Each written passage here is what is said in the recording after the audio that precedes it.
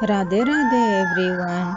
Today we are going to watch a video about the heart of devotional bhakti by Jagadguru Sri Kripaluji Maharaj, and it's translated by Divakari Devi Ji from Radha Madhav Dham, United States of America. My humble pranams to my Divine Master's Divine Lotus feet for giving the precious knowledge about the heart of devotional bhakti to this world.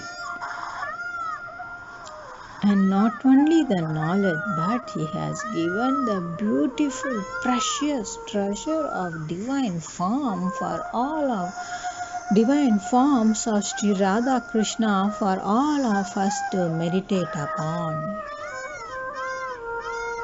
Along with me, you all can bow down to my Divine Master's Divine Lotus feet, and let's all pray together to follow His instructions in our daily life and to put into practice and to get rid of these material sufferings forever and to walk in the path of bhakti.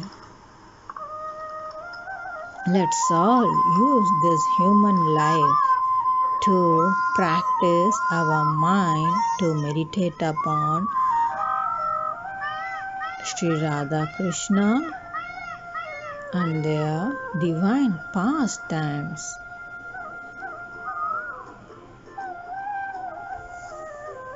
Names, abodes, etc., etc., to purify our mind since time immemorial. Our mind is free, fault-finding, hurting others, depression, sufferings, stress, negative thoughts, negative thinkings, etc., etc. How we can get rid of this?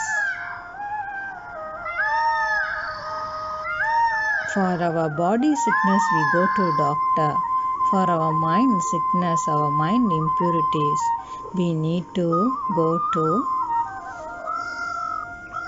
divine saints and to follow their divine teachings. So let's all practice to unite our mind to my Divine Master's divine teachings and to follow His instructions and to purify our mind. For our body, if we don't shout all glories to our Guruvar, all glories to our beloved Guruvar. Oh beloved Guruvar, you are the vertical form of Brahma, Vishnu and Shankara. Oh beloved Guruvar, even the Supreme Lord follows you, desiring to be blessed with your food dust. Oh beloved Guruvar, God accepts only those who are pure in heart, while you accept even the most fallen. Oh beloved Guruvar, you give shelter to the shelterless, so please give me shelter too. Oh beloved Guruvar, though I don't deserve your favor due to my lack of faith in you, yet you being causelessly merciful, I pray, please keep me in your loving protection.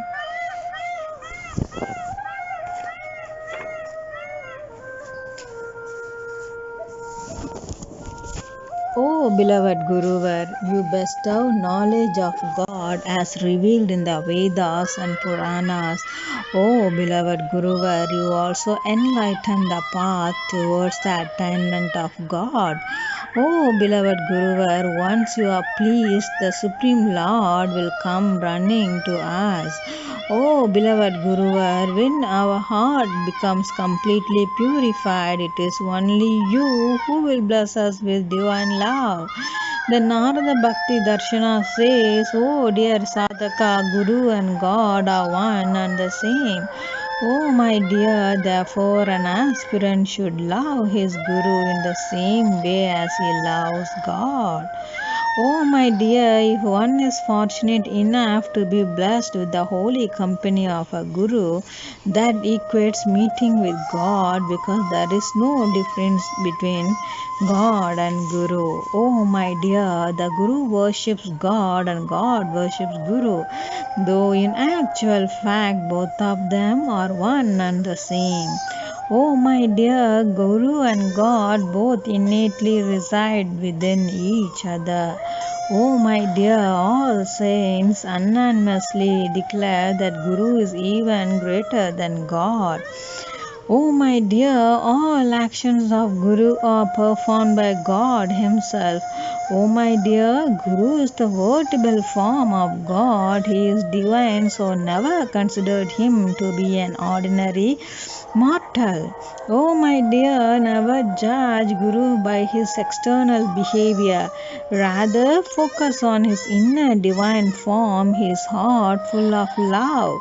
Oh, my dear, complete faith in a genuine Guru will lead to the attainment of true happiness.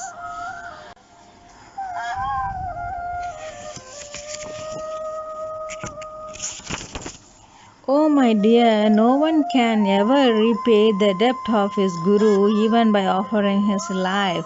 Oh, my dear, at many places in the scriptures, the Supreme Lord openly declares, "Those who love me alone are not my true devotees.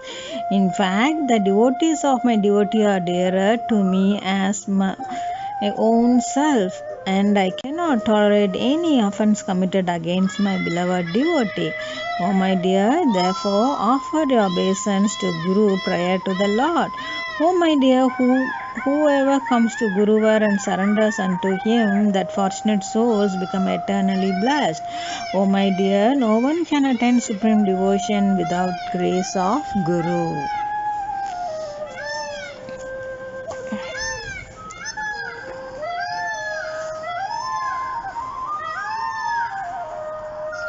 I bow down again and again to my Divine Master's divine lotus feet. The heart of devotional bhakti. When you sit in isolation as a karma sannyasi, one who practices constant devotion to God while renouncing all social activities, rites, and rituals, you have to practice Rup Dhyan, loving remembrance of the form of Sri Radha Krishna. Bring the image of Sri Krishna before you. I am explaining the practical form of sadhana to you all, that which you all have to do. You may ask, what age should Sri Krishna be? He can be any you prefer. Should Sri Krishna be confined to a particular form? No, not at all. You can think of him in any form you desire. You may change his age as per your wish.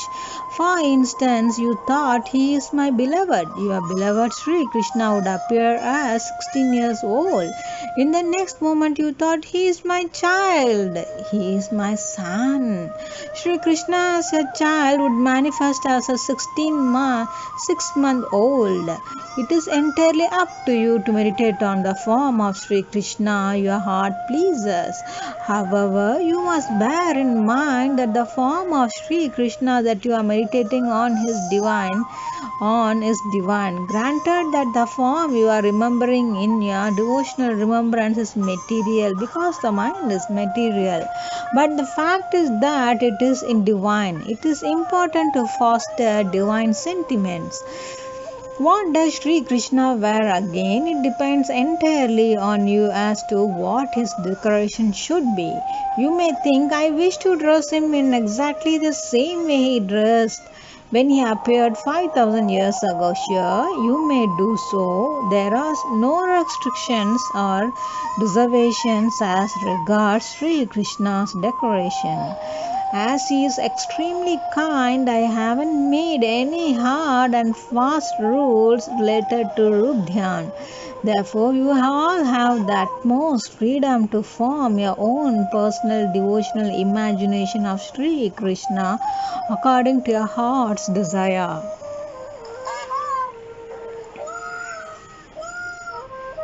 Our eyes eyes are the sense organs of perception. If God had made such a rule that he can be visualized with material vision, then all blind people would have revolted and demanded God realization free of charge. For this reason, God has made no such rules or conditions for his remembrance. Divine vision cannot be perceived with material eyes. It is only when our material eyes receive divine power that we can actually perceive God. It matters not, even if you don't have material eyes, to attain divine vision, whether you combine nectar with water or drink it just by itself, you will attain immortality. Taking into consideration the importance of nectar, the value of water is totally insignificant. Similarly, if God's vision will be realized with divine power, then the presence or absence of physical eyes makes no difference whatsoever. For this reason, Saint Surdas challenged God, "What great strength have you shown in freeing yourself from the clutches of a weak old man? I will accept you as being all powerful only if you are able to escape the prison of my heart." Thus, you are free to choose the form of Sri Krishna for a devotional meditation of your liking.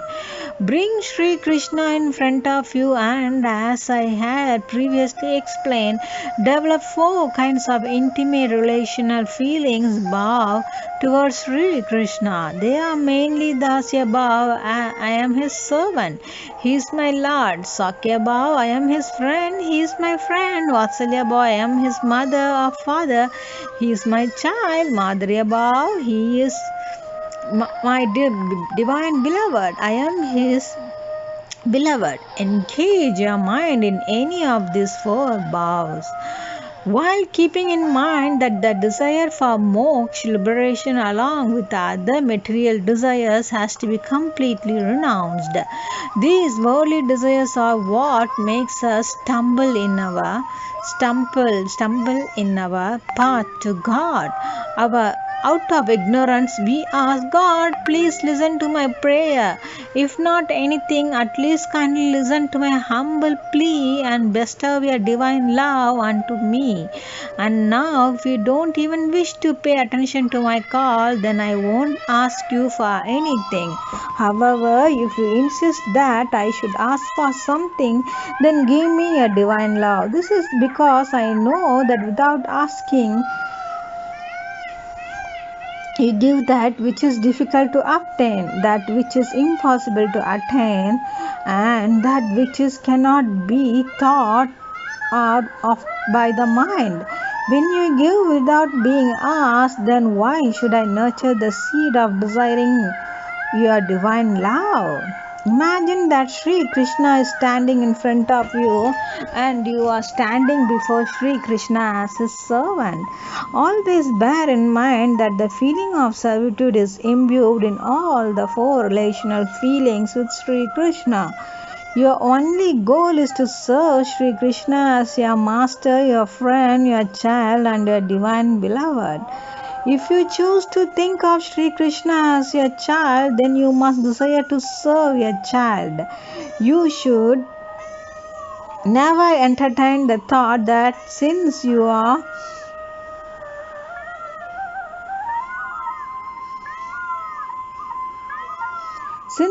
his father, you will call your son Krishna and ask him to massage your feet. In essence, the sentiment of servitude must prevail in all relationships: Dasya, Sakya, Vatsalya, and Madhurya. After bringing Sri Krishna in front of you, what is the next step? Now you must shed tears. What is the purpose of shedding tears? Our five sense organs, eyes, ears, nose, skin, and tongue, are always running after their subjects. Eyes desires to see beautiful things, ears are always anxious to hear sweet melodies, the nose always wants to inhale fragrances, and the tongue is ever desirous of relishing delicacies. Our sense organs are always searching for their respective subjects in the world. But now we must make all these five sense organs develop a keen desire for Sri Krishna. We must earnestly think when will the day come when these eyes of mine will behold the supreme beauty of the all attractive Lord. When will I hear the melodious sound of his flute? When will I receive the intoxicating fragrance of his body? When will I receive his touch? In this way, we must evolve feelings of deep longing for Sri Krishna. The greatest help for us in this regard is the loud chanting of God's names, virtues, leelas, forms, and abodes, otherwise known as Sankirtan. Numerous saints have composed many devotional songs in simple language glorifying the Leelas, virtues, names, and form of God. You can select 10 to 20 pads of your liking and chant them in the tune that appeals to your heart. You may ask if it is okay to not chant God's name vocally, if it is necessary to loudly chant the divine names. In other words, it is not just effective to do a mental repetition of God's name as it is to chant in loud voice. Although it is not necessary, loud chanting has a new number of benefits both in the material sense and the spiritual sense. First benefit, in the beginning stages of devotional practice, the mind does not become interested in God. In the absence of loud chanting, initially when you sit to meditate on Sri Krishna, your mind will get bored and thereby lose its focus. Loud chanting, on the other hand, will help keep your mind engaged, as it has descriptions of God's names, forms, leelas, and virtues. The nature of the mind is that it likes variety. The mind loves creativity. Thus, the description of the ever-changing, ever-new, and unique leelas and forms of God revealed in the past will aid in keeping the mind focused on God. In this way, we chant the pads. Second benefit, with loud chanting, external sounds and noises will not cause any potential distractions. You might be a family person. If your child drops a plate, your wife drops a plate, or any kind of click clack, a pat pat sound will cause your mind to lose its focus and it will immediately run into the world. But with chanting, you might play any musical instruments such as harmonia, cymbals or the tambourine, so that no surrounding noise can enter your ears and interrupt your sadhana. You are sitting in meditation and the child starts crying. Your mind immediately goes there, why is he crying? Wonder what my wife is doing. It took so much effort to focus the mind. I know I must only think about meditating. Why should I be bothered with the crying of the child? But the child is continuing to cry. Once again, the mind gets distracted, and you think, why is she not minding the child? Oh man, just be quiet. I should put an attention on God. Somehow you manage to control the wanderings of the mind even the second time around. The third time, however, you lose complete control over your mind and start shouting, oh, but what are you doing? Why is the child crying away? Now you start howling with anger. Kirtan has stopped and an unpleasant situation arises. This is why vocal chanting is so effective, because first of all, the devotional songs depict the pastimes, virtues, and the form of God. and the form of God that help keep the mind engaged, and secondly, external noises don't cause a hindrance in devotion. Third benefit, we often fall prey to laziness.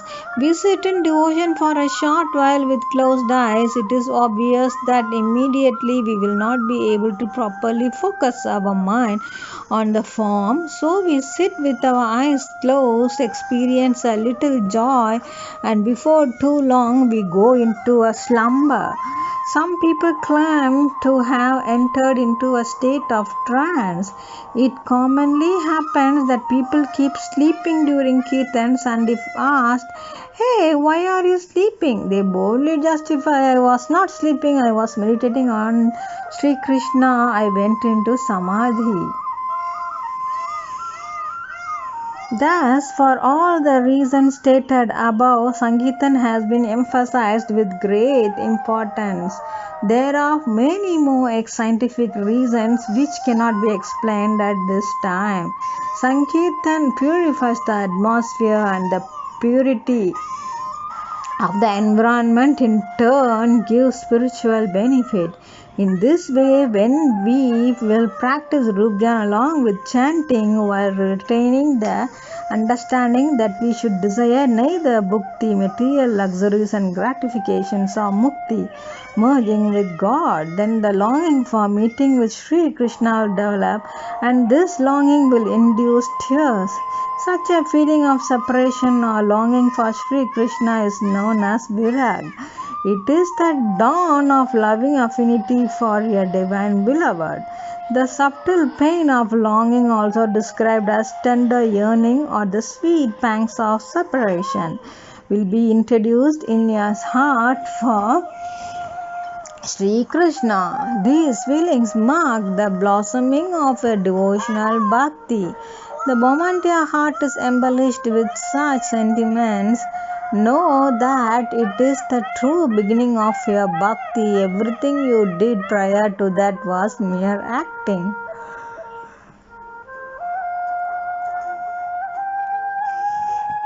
Even if you did recitation of scriptures, performed elaborate worshipping formalities, did hours of chanting and jap, marched to temples, and did many other spiritual deeds, but you don't evolve feelings of yearning and emotional feelings of longing for union with Sri Krishna did not develop, then all efforts would be in vain.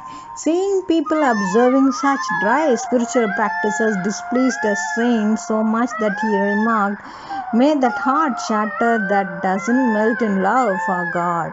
May those eyes be pierced that don't shed tears for God.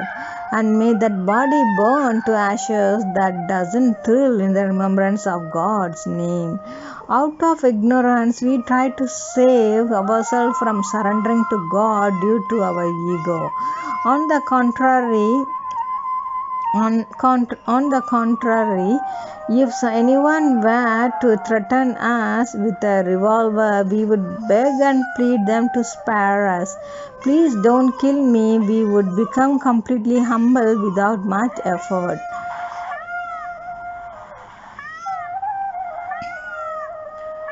Why then do we shy away and hesitate to humble ourselves before God?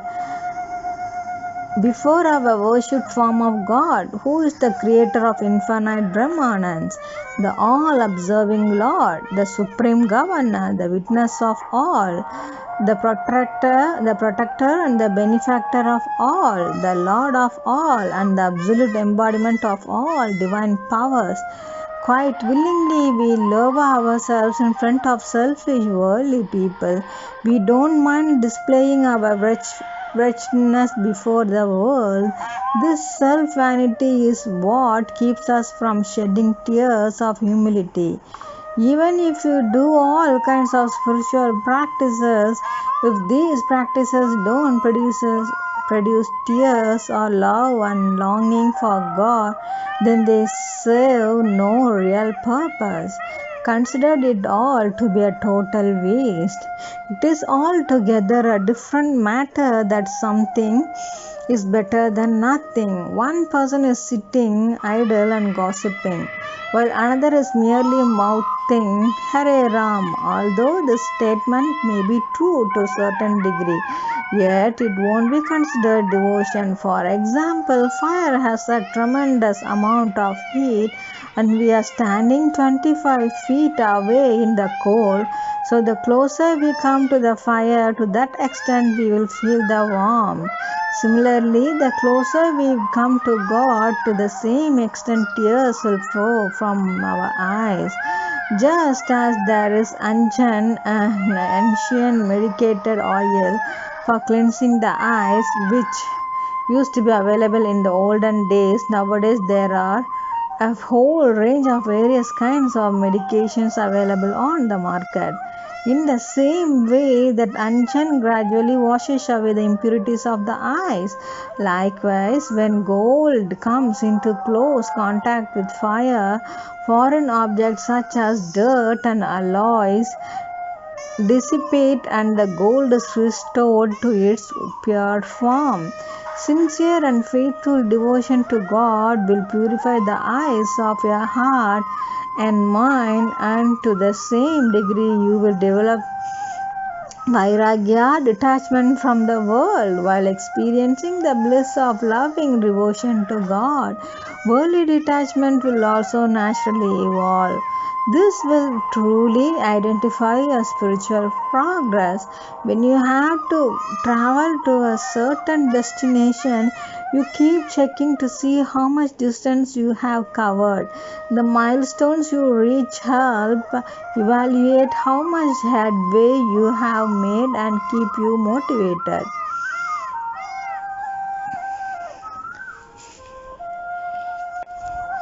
There are 8 symptoms or expressions of divine emotions that indicate deep loving affinity for God. They are becoming motionless like a tree stump, perspiration, sweat, goosebumps, romance. 4. Change in the tone of voice for breath. 5. Trembling of the body, Bebaduk. 6. Change in the facial glow and expression, Vairanya. 7. Tears, Ashru. 8. Losing consciousness, Pralaya. Losing consciousness will happen at a much later stage of devotional bhakti. First, we will experience tears that we must hold dear.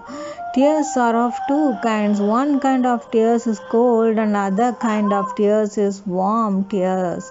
Tears of separation and or warm, and tears of union with Sri Krishna during meditation are cold. In this way, you must do your sadhana in a quiet and serene atmosphere. However, it is equally important to reflect on the obstacles that you will face while practicing sadhana. In meditation, you have to bring Sri Krishna before you. Let us suppose you take the help of a certain picture. You may say, I like this picture very much. I will meditate on this photo.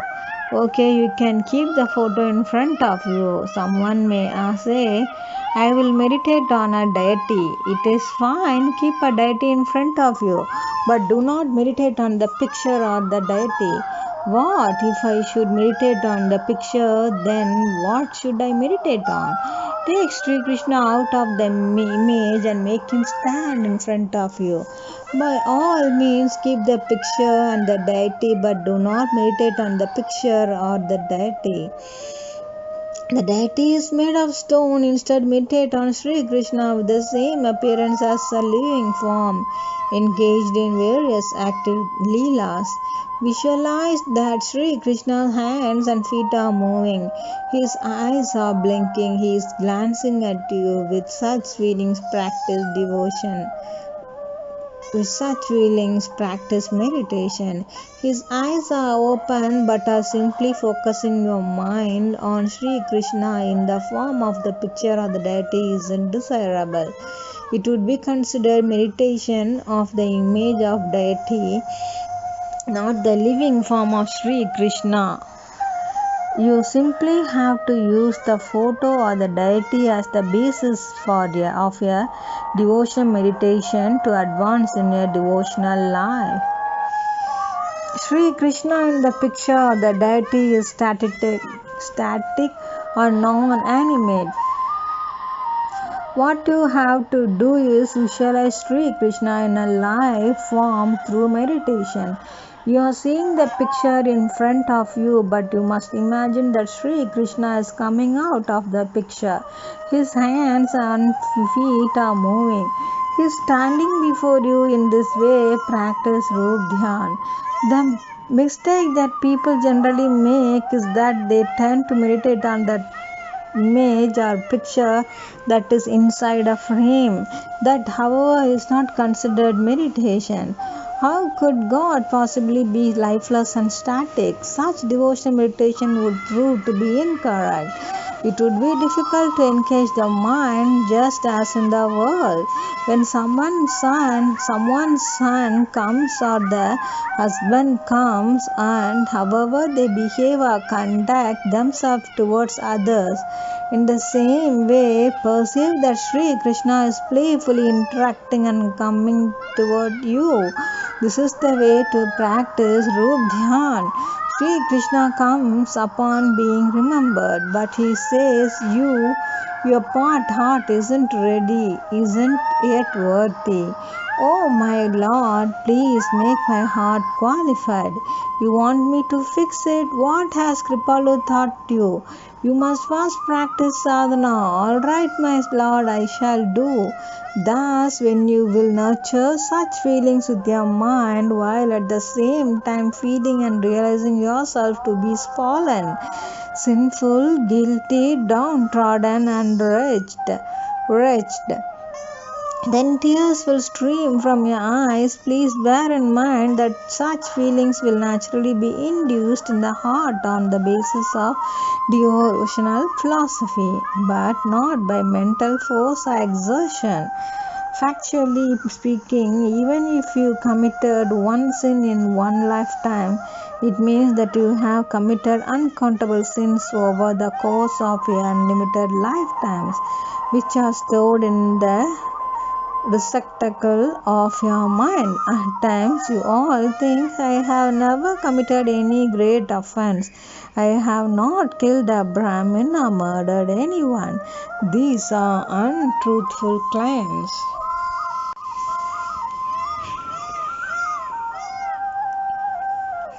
I once told you all that sinful actions are not limited to one lifetime. They go back endless lifetimes, and all of the accumulated actions of the past uncountable lifetimes are known as Sanchit karmas. These karmas are attached to us and will dissolve on God realization. If we committed one sin in one lifetime, we have committed immeasurable sins, and they are all kept with us. Therefore, don't be under the impression that you have never sinned. Whether we go to a temple or practice devotion in our bedroom, it is in the absence of this understanding that we fail to realize that we have, in fact, committed sins in our past unlimited lifetimes. If the word sin were to be literally translated, it would mean that all the moments that we don't spend in the remembrance of God are counted as sinful. As our mind is under the influence of Maya, during all those moments, the mind is in the wrong material field of attachment. Therefore, they are classified as sins. One may ask, I was devoted to my father, I was serving my father. Is that a sin? Yes, absolutely it's a sin. In the Bhagavatam, Sri Krishna addresses Uddhav, a wrongful act committed for my sake becomes righteous, and the righteous action performed while ignoring me becomes a sin. Similarly, sinful and righteousness, right and wrong, good and bad mean the same thing. However much time you dedicate to the remembrance of Sri Krishna, know that to be a righteous deeds. The remainder of that time, your actions fall in the category of unethical or unrighteousness. Oh, really? I thought I was performing virtuous actions. Does any individual ever believe themselves to be corrupt and dishonest? If you ask people who are in the business of killing, why do you kill? They will answer, it is a bad thing to kill. The government wants to seize the business and possessions of those who are hoarding black money they have earned through dishonest means. Well, we also seize their business by laying hands on the money they have secured through unauthorized means. Bandits are very shrewd. I have been to a number of prisons to give lectures and have privately interviewed many vicious criminals. When asked, do you believe in God? Without even the slightest hesitation, they boldly claim, no, we don't. We first make an offering to Devi Ji and then go out to kill. They speak with utter frankness in hope of gaining a favor from me. They are accustomed to their trade. When I asked, what did you feel the first time you committed a murder? How do you feel now that you have committed 25 murders? Maharaj, the first time around was a bit nerve-wracking and I also feared God. But the second time around I was less afraid and the killing the third time was as simple as killing a fly. I have gotten used to it.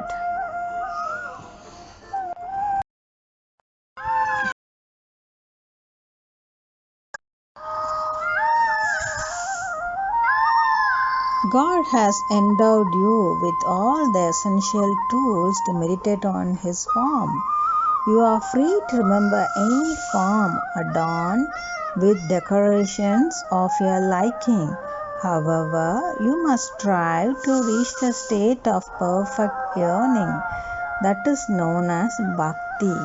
In layman's terms, bhakti means affection.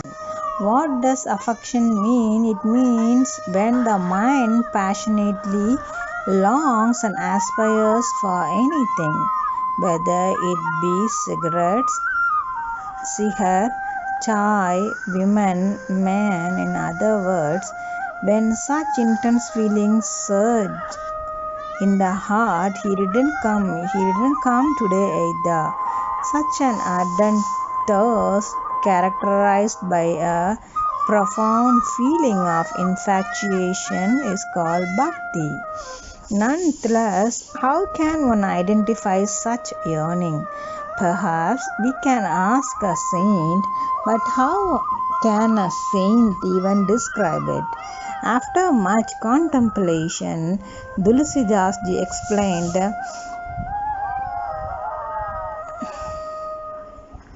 the desire for lust and greed are very strong in every individual. In order to educate us about certain devotional philosophy, saints unfortunately had to use inappropriate terminology. How else could they possibly teach us how to evolve love for God? Tulsidas ji thought, people will ask me the meaning of love for God. So listen, God should be loved and adorned in the same way an extremely greedy person loves his wealth. A greedy person pinches every penny and becomes a millionaire. Only he can appreciate how he became a millionaire. If one makes no effort to renounce his desires, if he doesn't persevere,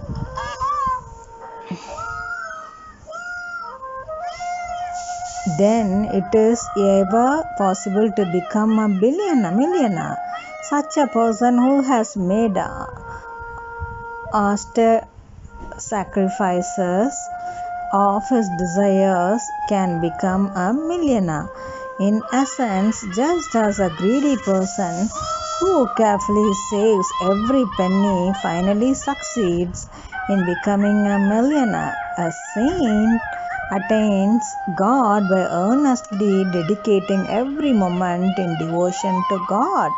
On the contrary, those who make an effort to become spiritual during the year on Janmashtami or Ram Navami or a couple of times a month or maybe even once a week will reap the fruits of their devotional actions accordingly. While practicing Rup Dhyan, when you imagine the divine form of God in front of you, let us suppose you are meditating on Sri Krishna's lotus face and his eyes. Just then, the eyes of your wife or the eyes of your son appear. You are trying to visualize Sri Krishna's nose, and your father's nose pops up in your mind because you are habituated to the appearance of your father. In other words, when you meditate on the form of God, your mind drifts into the world. Now, just think, what was the first thing that you did? First of all, you detached your mind from the world. Secondly, you engaged your mind in Sri Krishna. What was the third thing that happened? You didn't do it, rather, it happened automatically. In other words, you remove it from the world and attach it to Sri Krishna. Your mind says there is neither happiness nor sorrow in the world. Let's go from here. In essence, you disengaged your mind from the world and engaged in God. In both scenarios, you had put in your effort. That is known as abhyas, practice, and vairagya, detachment. In the Gita, Sri Krishna imparted to Arjuna knowledge associated with the theory of practice and detachment. To withdraw the mind from the world is vairagya, and to observe it in God is abhyas, practice. So basically, there are three possibilities: detachment from the world, attachment to God, and attachment to the world again. You labor to accomplish two tasks, and yet the third task required no action on your part. In summary, you first detach your mind from the world, followed by the attachment to God, but then it bounced back naturally due to prayer practice. However, when the mind reverts back to the world, the devotee shouldn't feel alarmed or panicked. Detachment and attachment back and forth will inevitably happen when we firmly resolve to practice sadhana. It is just like when we were learning to walk as infants and kept falling over repeatedly. As children with great trouble, when we managed to stand up by taking the support of something, the moment we let our hands free while feeling thrilled,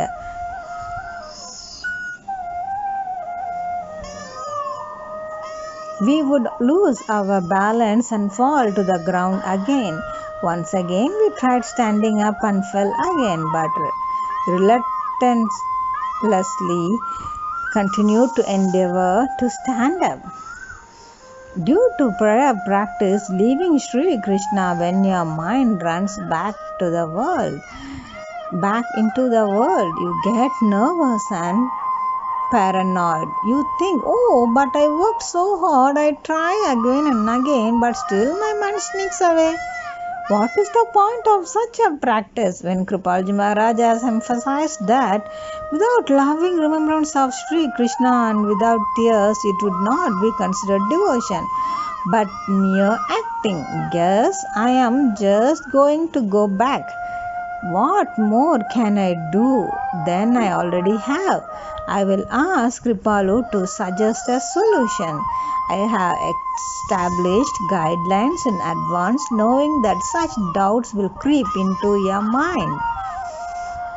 In a situation where even after you detach your mind from the world, engage it in God, and again it slips back into the world, rather than feeling panicked, you should smile. Draw inspiration from a small child who never panics. A child tirelessly tries to turn over on its side, and no matter how long it takes, without being taught by anyone, he unceasingly battles and struggles to learn to stand and to walk.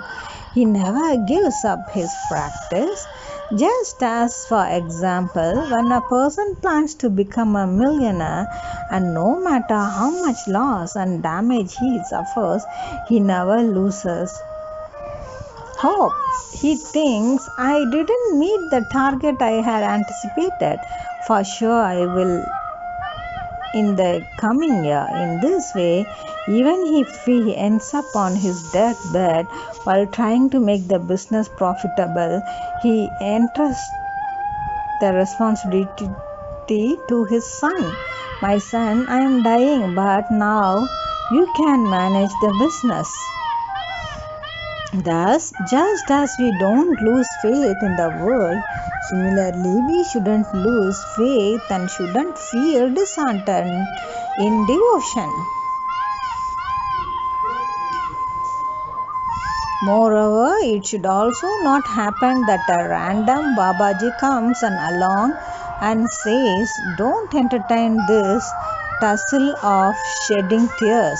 I will give you a mantra that you can count on jap beats, and soon God will come running after you, and you think, yes, this sounds wonderful. Just then another Baba comes and claims, what is this affair that you are caught up in? Just recite Durga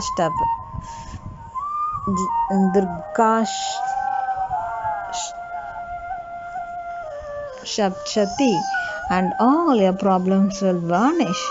In this way, a third Baba comes and asserts, recite Hanuman Salisa. This is like when a person attempts to dig a well without really understanding the process. He digs a hole about 10 feet deep and finds gravel. Oh, I was digging to find water but found gravel instead. This is a deception. He again digs the ground in a different location and finds rocks. Oh, there are rocks here. I am sure there is no water here either. In this way, he ends up digging 50 holes in various places without a trace of water because he didn't dig deep enough in one place. Ultimately, he dug up a vast area of land enough for multiple wells. He did not find water because he didn't focus in his efforts in one place. The fact is, out of ignorance, we are also doing the same thing in our spiritual life. We don't heed the teachings of true, genuine saints. Consequently, we get influenced by other so called spiritual preachers and teachers. Therefore, we ultimately remain bereft of spiritual benefit.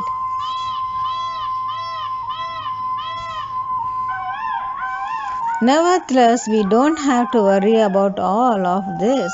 Wisdom demands that we continue doing sadhana with complete faith. As we make headway in devotion, it will become favorably agreeable to our ultimate goal of God realization. Nothing can be achieved without effort, even in the world. Everything requires persistence and steadfast continuity. Thus, when your mind bounces back from God to the world, bring it back to God. Again it runs back, again bring it back.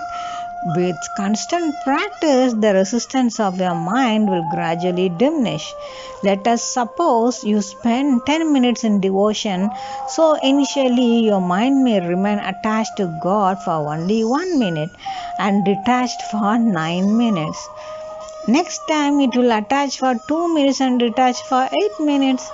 The third around it will be attached for 3 minutes and detached for 7 minutes. In this way, the fickleness of the mind will begin to quiet down, and to the same extent it will come closer to God. We commonly experience this in life. For example, when you take up a new job on the first day, you encounter a great deal of fear and anxiety with respect to sitting at your desk, interacting with your boss or manager, working, etc. It is indeed an overwhelming experience, but with practice, you feel at ease and relaxed. In planning to go to her in law's home, a traditional Hindu bride contemplates her behavior. I will walk in the same style as my sister in law did when she first came, very gently and slowly. I will pull a veil over my face in the same way that my sister in law did. I wonder what kind of temperament my husband to be will have. What would my mother in law be like? Poor thing, only she can imagine the extent of the problem she endures. What can anyone else do? Nonetheless, she undergoes all kinds of hardships. One day she was feeling things out. The following day she raises her chin. The third day, however, she lifts up her veil. And the fourth day she reveals her true colors. Then after conflicts flare up, followed by logic, arguments, sophism, and severely serious arguments, so much happens. In due course, the same daughter in law turns bitter towards the mother in law and says, "How long will you live off my husband's income?" And who is her husband, by the way? Her mother in law's own son. She is projecting so much power and authority, as if to say that the mother is a nobody.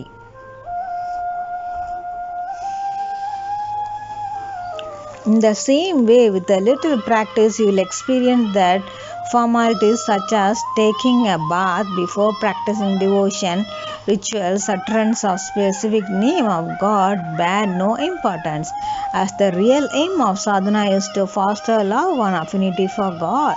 Our goal should be enrich and intensify yearning, which is the very soul of devotion. Deep and passionate longing is exactly that Paramahans earnestly aspire for. If one can secure profound hankering and infatuation, it would mean that they have attained everything.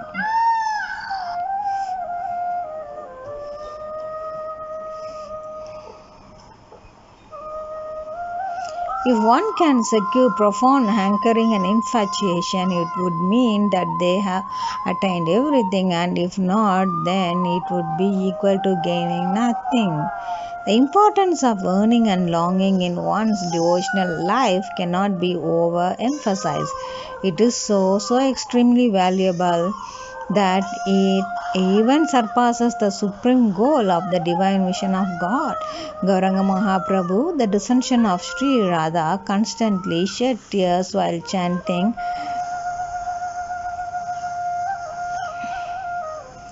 "Longing is superior to meeting. How could meeting compare with longing? In meeting, my beloved is seen only at one place, while in separation, my beloved pervades the whole entire world." Thus, longing is the life breath of bhakti. If one understands this secret and replaces the desires of the five senses with the keen desire for Shyam Sundar, you don't have to worry about eliminating vices in the form of anger, greed, desire, which occupy your heart. Typically, the so-called Babas tell people, "Give up anger, give up greed." Those who talk about renouncing our screwy.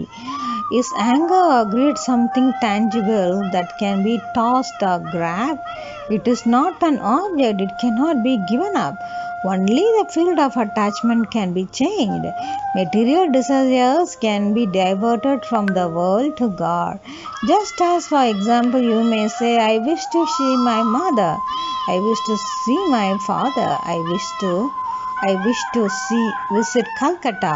Simply divert your desires from the world to God. So you see that the desires still remain, but they have just been diverted. You may experience anger, divert it to God. Tulsidas ji exemplifies through his teachings. Oh, Raghunandan, the beloved of my soul, countless days have passed while living with you. You may experience greed divert Godward. Day and night my heart is infatuated with love for the divine lotus feet of Sitaram. Embellish your heart with so much greed that your love for God may just go on multiplying endlessly. There is never a full moon in love. It will continue to ceaselessly escalate. It will perpetuate every moment. In essence, all the Maya defilements will still remain, but will be diverted to God, Sri Krishna. Now they will be replaced with virtues. However, if you plan to renounce them altogether, they will only intensify. Let us suppose you have an enemy. Someone advises you to give up enmity against your enemy. It may sound like a good idea, but as soon as you make plans to forget about your enemy, your mind will be troubled by thoughts of your rival. Who is my enemy? Whom should I forsake hostility against? Ramesh. So you see the image of Ramesh appears in your mind. The moment you contemplate renouncing Ramesh, he will come before you. Ramesh will surface in your mind even before you can let go of him. You will end up meditating on Ramesh. In other words, the more you will attempt to forget him, the more you will stew over him. How then will you withdraw your mind from him?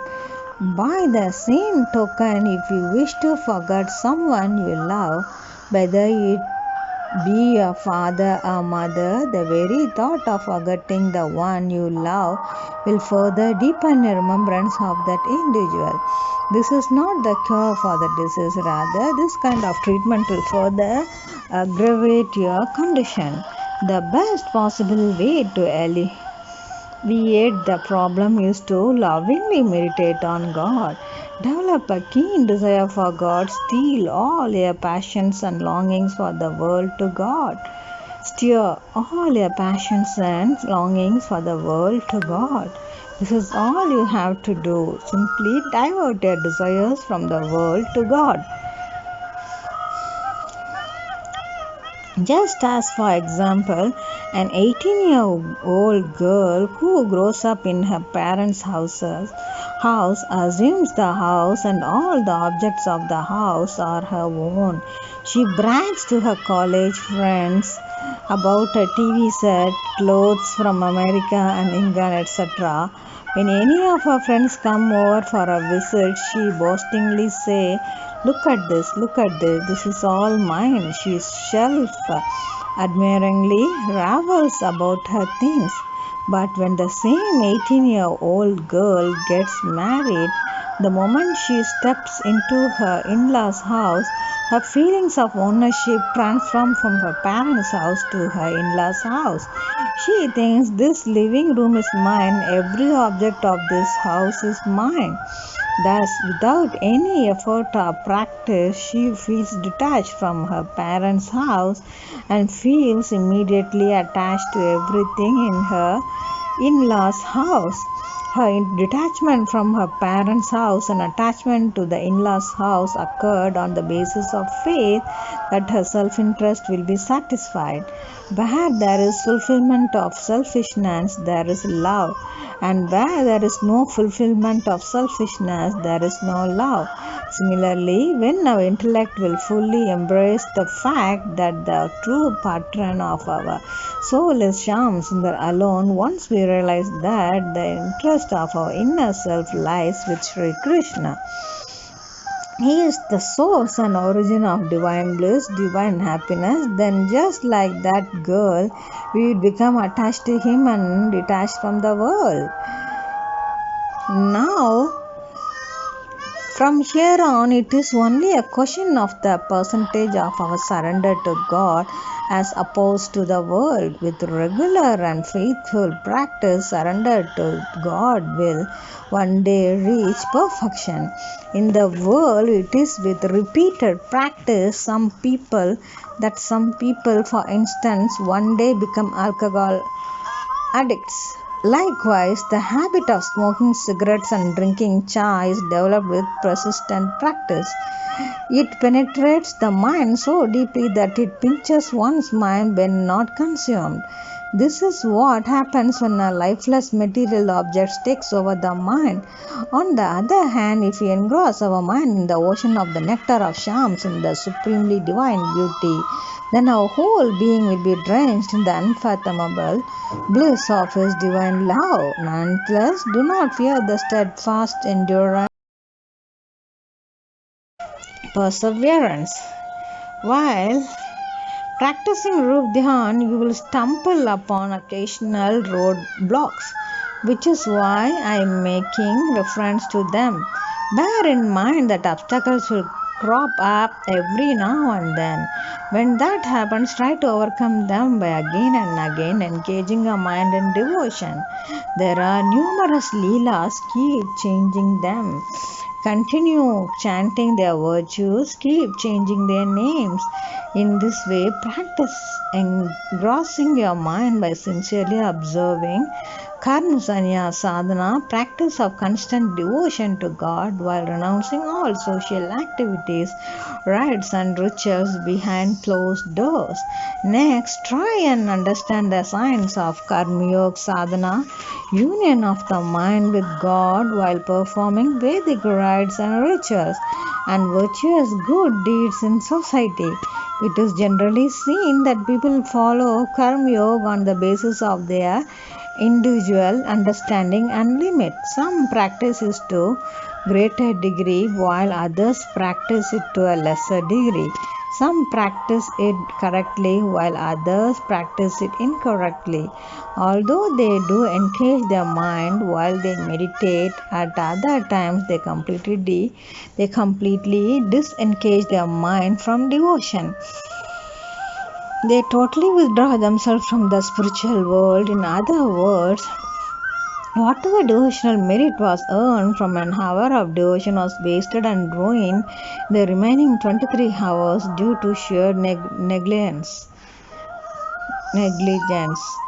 It is like earning $1 and squandering away $4. Then we try to evaluate our spiritual progress. Maharaji, I have been in your satsang since the last 10 years. I have been associating with you for the past 15 years. You have the heart to brag about being around for the last 15 years. But over the course of 15 years, how much did you pay heed to my teachings? This is the reality of your devotional progress. You earn for an hour and spend for 23 hours. And then you complain that your sadhana is declining. How can you expect it to multiply? Thus, it is imperative to understand the disciplines of Karma Yoga Sadhana.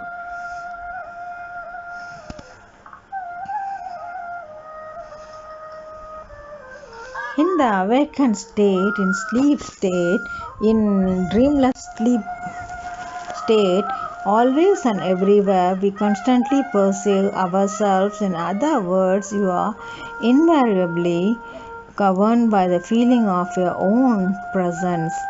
I could be anywhere. I am happy, I am old, I am young, I am ignorant, I am intelligent, I am poor, I am rich, I am. You have consistent awareness of yourself. Now add another feeling to that presence. Shyam Sundar is always with me. Practice this ideal, and you shall see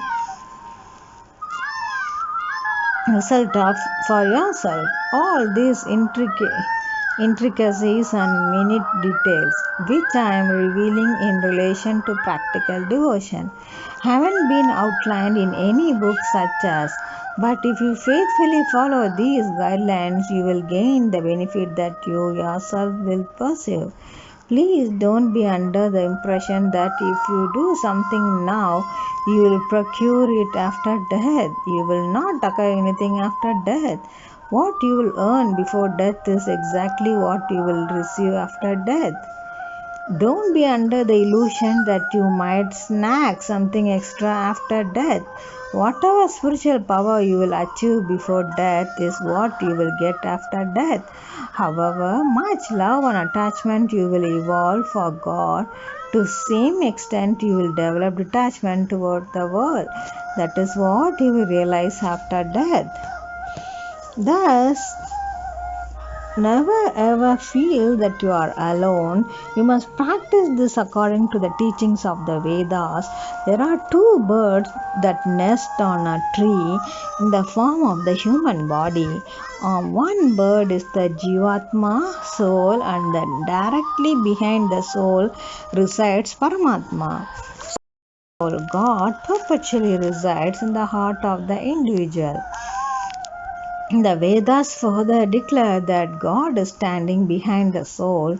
You should nurture an unbroken feeling of His divine presence in these ways: one, that He is always with you, and the other, that He forever resides in your heart.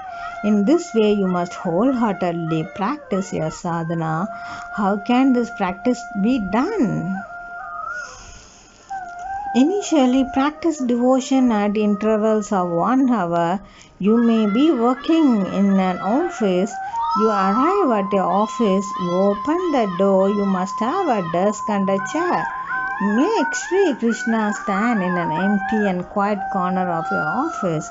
Be careful to not utter his name. No one should have ever even the faintest idea of what you are doing and where you are gazing. If you are casually looking straight ahead, who will able to guess anything? Whether you stand or sit, Sri Krishna. Always be mindful of the fact that Sri Krishna is observing and witnessing each and every action of yours. Demonstrate everything you do at work for Sri Krishna. Please pay close attention to my words. I am trying to put an end to your so-called privacy. This habit of concealing or being secretive that you all possess. Whatever you do and contemplate with the idea of disguising or hiding is being dissolved, as it is the sole cause of your spiritual misfortune. Thus, bring Sri Krishna out from your heart, make sit or stand in your office, and delight in the pleasure of his blissful presence. Continue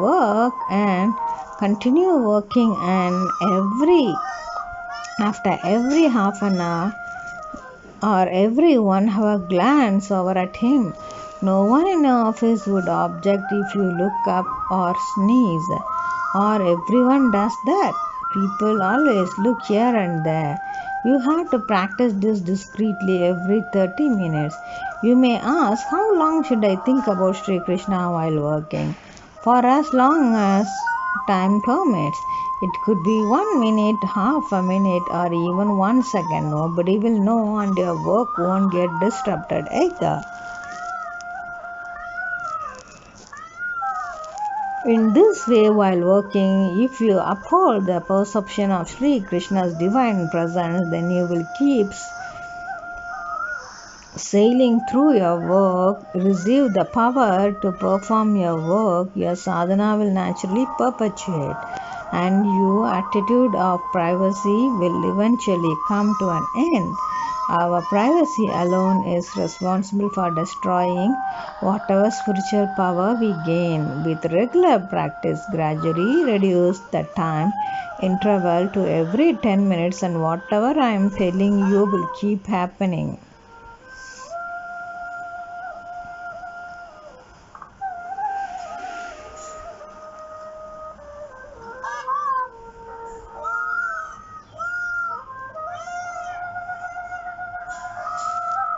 Though you will naturally experience difficulty the first time, it will be less the second time, even less the third time, further less the fourth time, and gradually it will take less and less effort, just as when you are riding a bike and your feet are on the pedals. How often do you think about why you are pedaling? The fact is that you hardly take notice of whether your feet are moving the pedals or not, because you are so engrossed in looking forward. You can't see your feet while crying. While cycling, your feet keep moving while you are busy pondering over other things.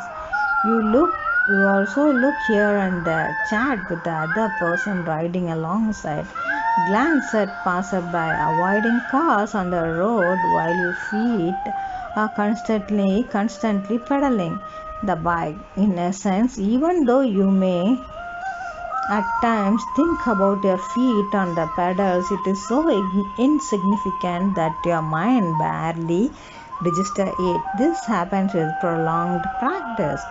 Another example worth considering: you always realize others' presence. He is my father. No matter where you may be, you are constantly aware, good or bad, whatever he is my father. You never think against your father. You consistently perceive his existence.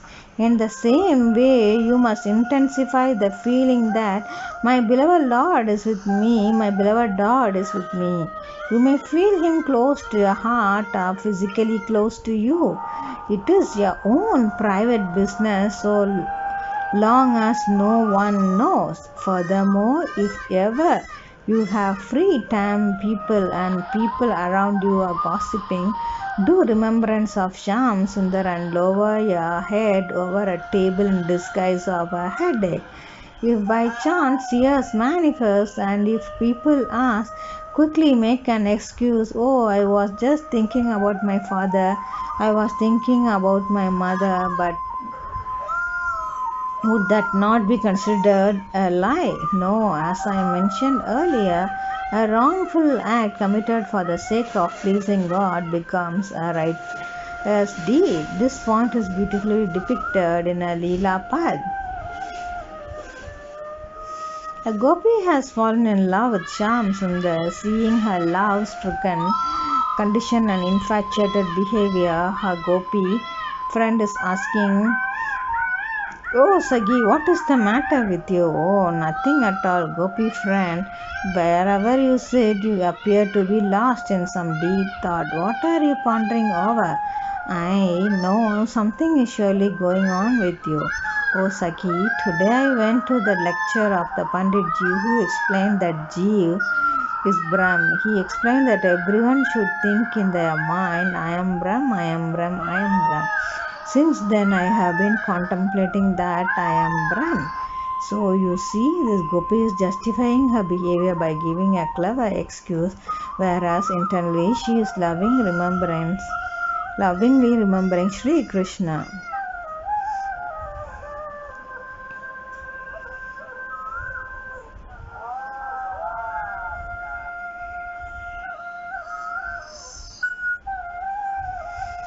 In this way, if and when people curiously inquire by asking too many questions, just give them a short and simple answer. Even great saints in our history have been known to disguise their inner love for God by telling lies. Who could be more crafty, cunning, corrupt, and fallen than myself? It is undoubtedly a blatant lie on their part. In fact, how could such a personality who has attained Ram and Shyam have sheltered the slightest trace of worldly desire in his heart? But scriptures such as Vinaya, Patrika, and Sursagar are evidence of the fact that even great saints admitted their fallen state by saying, "No one is more sinful than myself." Every pore of my being is inhabited with sinners as Ajamal. Thus, you must do constant practice of realizing their divine presence close to yourself. Gradually, the feeling of their presence will become so profoundly intense that you will feel the intimacy always and everywhere. It will become a natural experience. You will never feel that they are not with you. In addition, you must consciously retain the understanding in your mind that no other desire should ever creep into your heart. In this way, while observing Karma Yoga, you must again and again practice realizing that Radha Krishna are with you. You neither have to sing nor chant the divine names nor utter the name of God, as you want to make sure that no one knows. At times, people make a big show of their spiritual status by carrying a bead mala. Such ignorant people make it a business to draw the attention of those around them. But true love for God is something which should be carefully veiled. Even if unexpected devotional sensations such as goosebumps or thrill in the body manifest, you should make every attempt to conceal them. If someone asks, just say that is something with you. However, never exhibit a love for Shyam Sundar. On the contrary, you will develop the disease of publicizing a love of God for God. Then your love will come to an end. Thus, in this way, the practice of both Karma Sannyas and Karma Yoga will keep on flourishing. Gradually, feelings of love and affection will sprout in the heart, and this love will appear as a sweet yearning, and eventually this yearning will manifest as a surge of tears. However, please bear in mind that these tears should be selfless. You may shed a mountain of tears, but if they are tainted with even a shadow of desire for personal happiness, all tears will prove to be in vain, as Kripalu as a teacher won't grade you with a single mark. Just such tears have no value whatever. One who makes it a goal to entertain his own personal desires will one day turn into an atheist. Even the faintest presence of desire for personal happiness proves that the very foundation of one's devotion is faulty. Even when your life breath is departing from your body, by all means call out to Sri Krishna, but never seek his help for a protection and safety. Never ask for anything. Issue a challenge to Sri Krishna. I have come here only to give and not to ask you for any favor. I am not a pauper. I am the child of such an emperor who is the majestic sovereign of infinite Brahmanans. Why should his child ever have to beg his own father for any part of his wealth? He simply has to accept him as his father, and the child will naturally be entitled to his father's property and possessions. He will most certainly reserve the right to his father's belongings. There is no need to be afraid of or fear anything. In essence, if you love, never ever beg for anything. If you want to love Sri Krishna, love him only to receive his selfless divine love. When you love Sri Krishna, love him only for his happiness. Alternatively, you may love Sri Krishna with the goal of receiving his divine darshan. This is the ultimate devotional objective, and therefore you should not settle for anything below this. Never allow any other desire to penetrate your mind. Thus, in this way, you will practice sadhana. Then your heart and mind will start becoming purified, and when the heart and mind will become completely purified, then our Guru, with whose inspiration and guidance we have been following path of bhakti without even a second's delay, will bestow divine love on you. Even that means that he is residing at the very tip of the Himalayas. Thereafter, eternal bondage with Maya in the form Maya Nivritti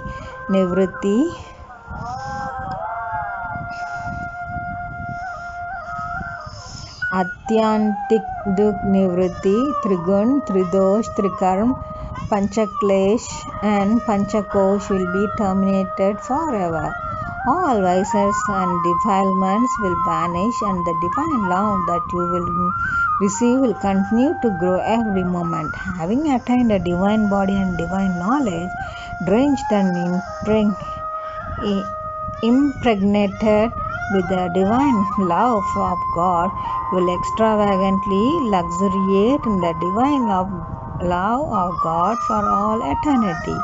Now the question will not remain that perhaps you will go to the divine abode for a few days or a few years and return to the material world.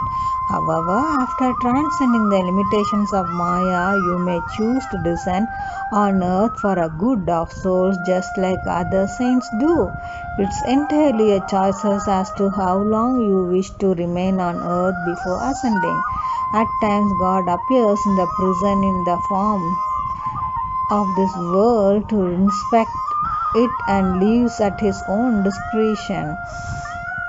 As God and saints are not bound by the law of karmas pertaining to your individual sanskars and practices of this life, it is natural that out of all the devotional philosophy I have revealed over the course of the past many days, there might be many aspects that you have barely enjoyed or perhaps not at all.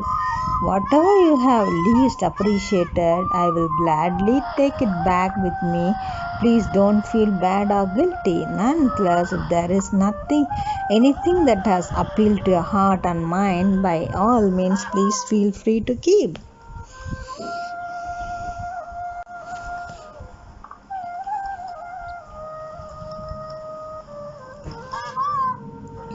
So much precious treasure of knowledge my divine master given to all of us. Let's all practice to become perfect in our meditation, in our spiritual practice. Don't forget to subscribe to our YouTube channels, Kripalnidhi apps and Sanatana Vedic apps. Don't forget to download the apps and try to browse our online bookshop, JKP Literature online bookshops, and don't forget to share with your friends and relatives as well. We'll see you all soon with another video. Jai Jai Shri Radhe.